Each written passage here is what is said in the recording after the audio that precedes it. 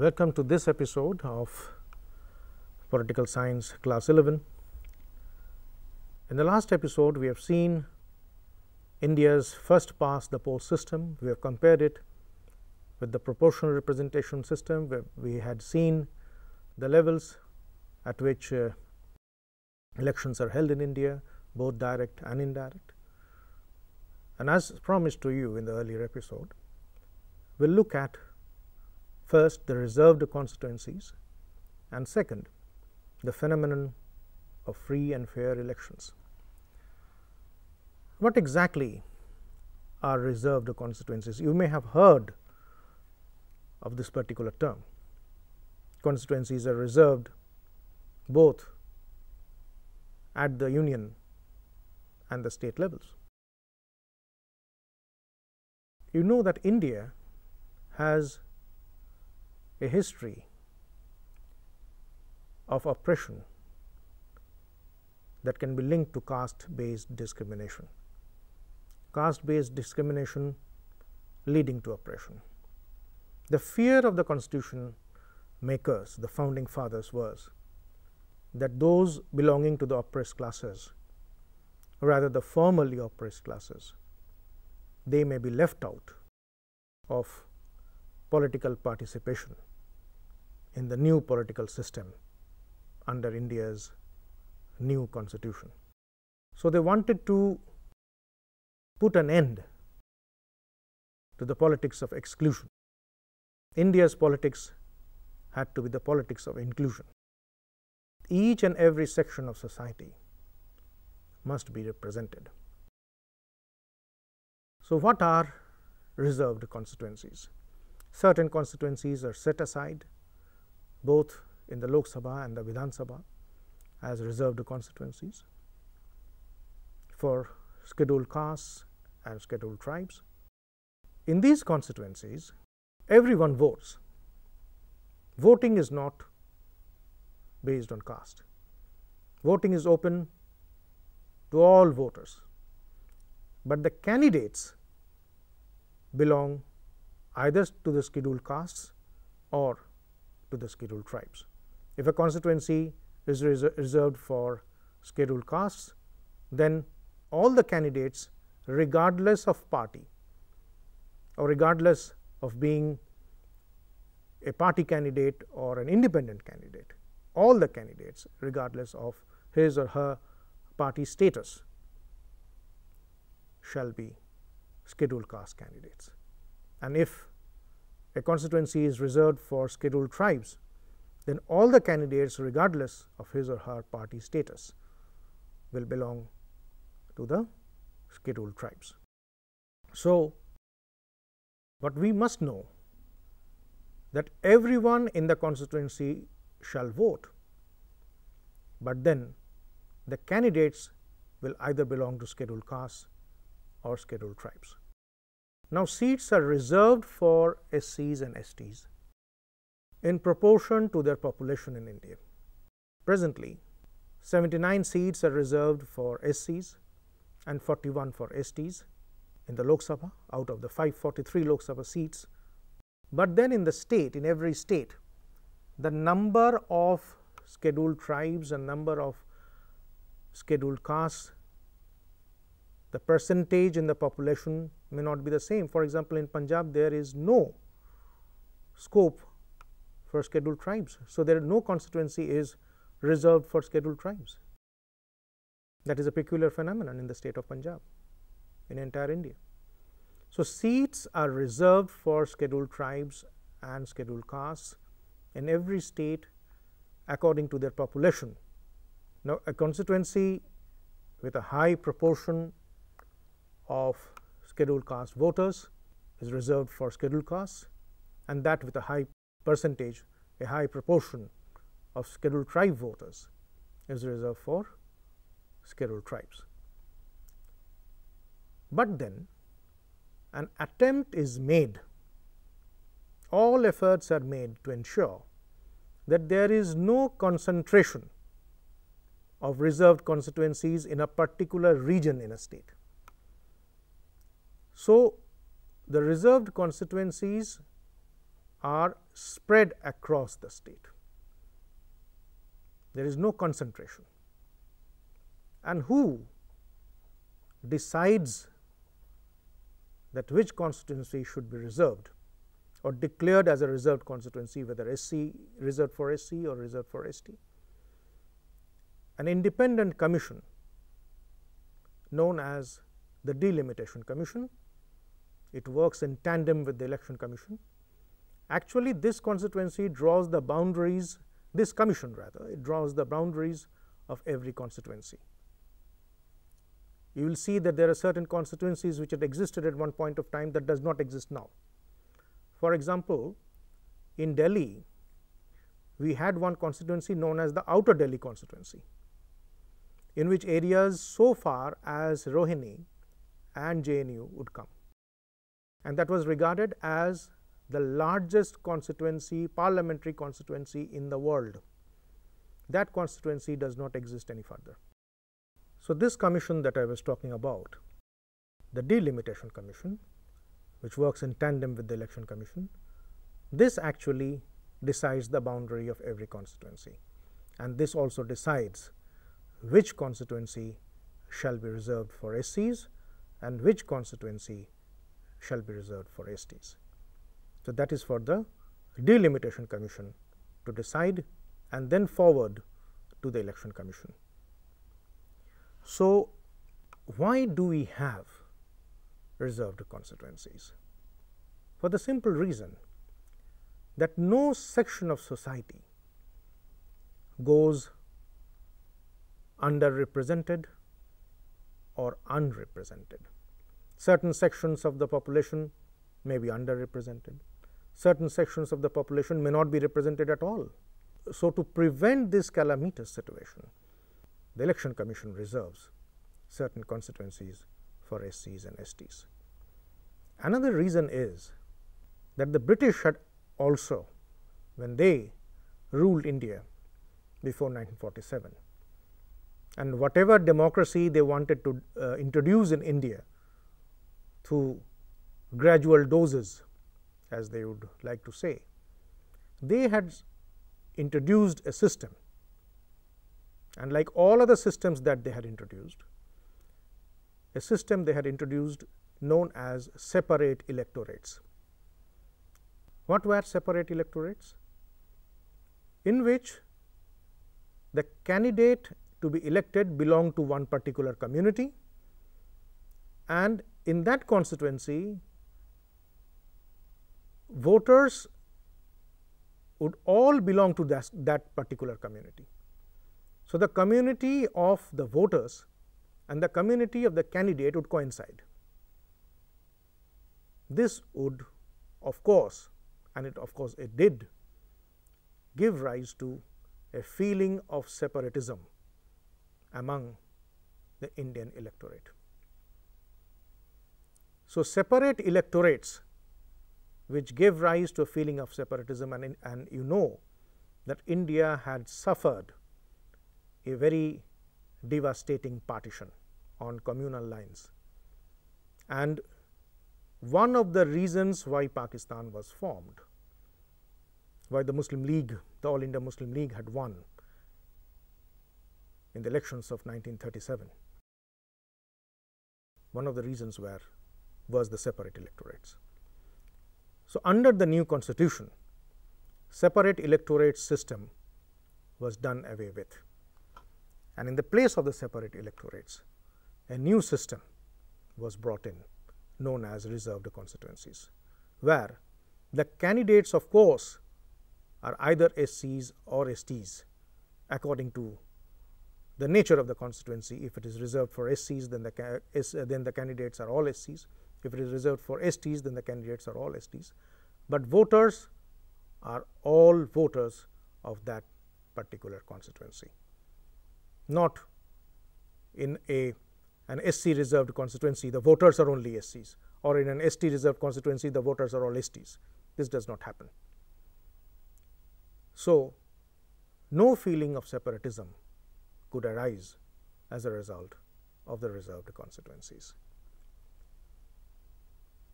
So, here we will see as promised to you, the nature of free and fair elections. As you have heard time and again from leaders, as you have read in the newspapers, and as you have heard from even the Election Commission, this particular term, free and fair election, what does it mean?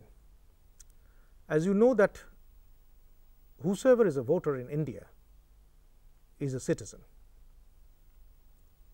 No non-citizen can vote in India. So every citizen must have the freedom to exercise his or her right to vote without fear, without favor, without any obstacle, or without any influence. The voter may not vote out of fear, may not have taken a favor for someone to vote for a particular candidate or a party. Obstacles may not be put for preventing him or her from reaching the polling station, and he or she may not be influenced in a wrong manner in casting his or her vote. So, the election process must be transparent. Nothing must be hidden.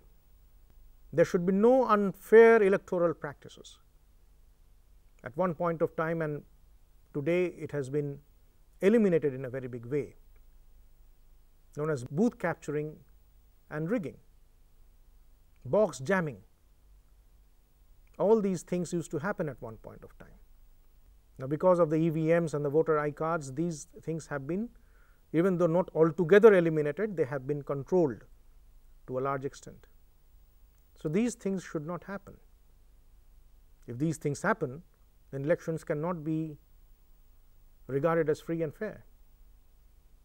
And most of all, the election results must reflect the will of the people. The will of the people, as I told you in the first episode, the consent of the people.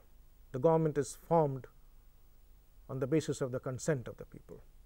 So, the election results must reflect the will of the people. The government produced, that is produced as a result of the elections, must be based on what the people want. So, that is why we have free and fair elections. So, now I will introduce you to another term, is universal adult suffrage. What does it mean?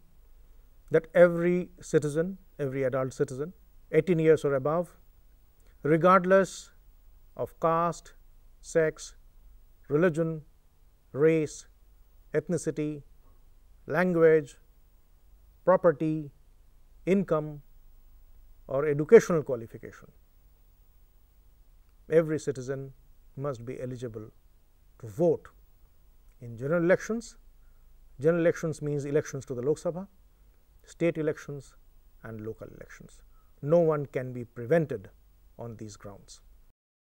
Now, one thing you must remember, that there are many countries, leading modern capitalist industrial countries like the United States and Great Britain, which had not given women the right to vote at the beginning.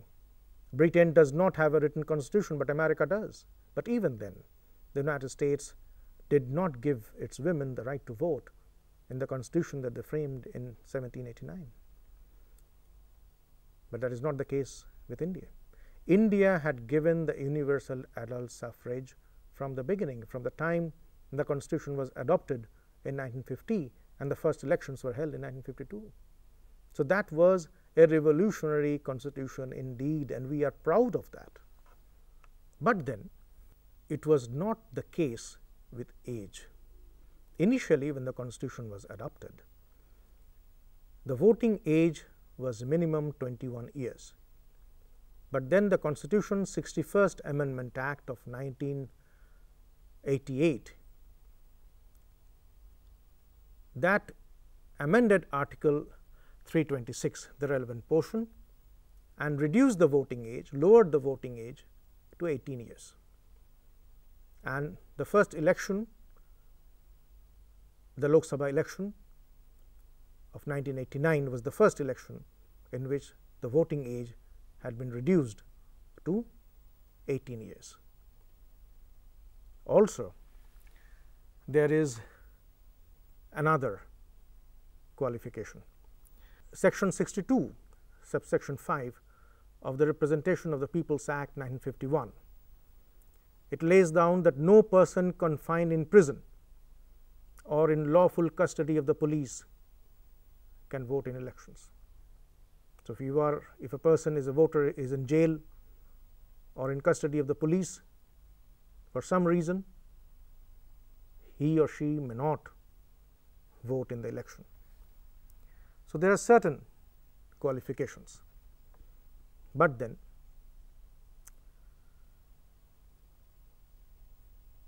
there is the right to contest. Just as there is the right to vote, there is also the right to contest. Each and every individual in India, each and every citizen has the right to contest. In other words, the election system is open to all Indian citizens, but then there is an age bar. To be a candidate, there are certain restrictions, certain bars which you cannot violate. For example, for the Lok Sabha elections and the Vidhan Sabha elections, you have to be a minimum of 25 years of age. You also have to see the relevant articles that are given. You must note down the relevant articles as I speak. So, as far as the Lok Sabha elections and Vidhan Sabha elections are concerned, a candidate must not be less than 25 years. As far as the Rajya Sabha elections are concerned, a candidate should not be less than 30 years. Similarly, for Vidhan Parishad, it is 30 years. But for the President and the Vice President, the minimum age required is 35 years. Now, you may say that the Vice President is ex officio chairman of the Rajya Sabha and he is elected by them.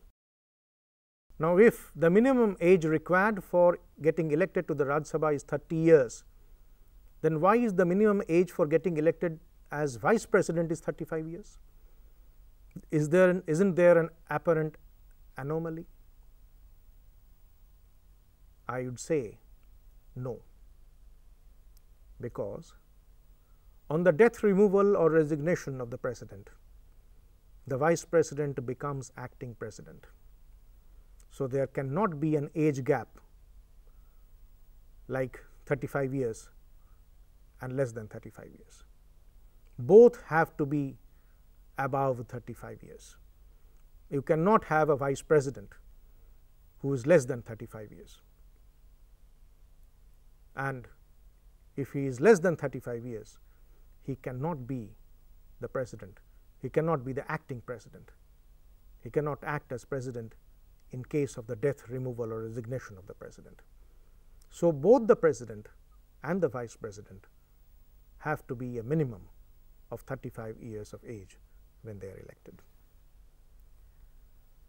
Now, there is also a legal bar that any person who has been in imprisonment, who has been sentenced to an imprisonment of 2 years or more for any offense,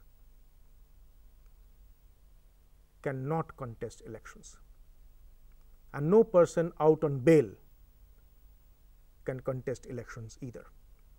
So, you must see the relevant section 8 subsection 3 of the Representation of the People Act 1951.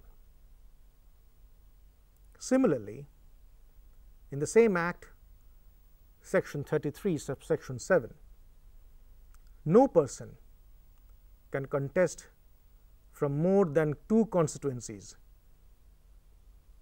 in Lok Sabha and Vidhan Sabha elections.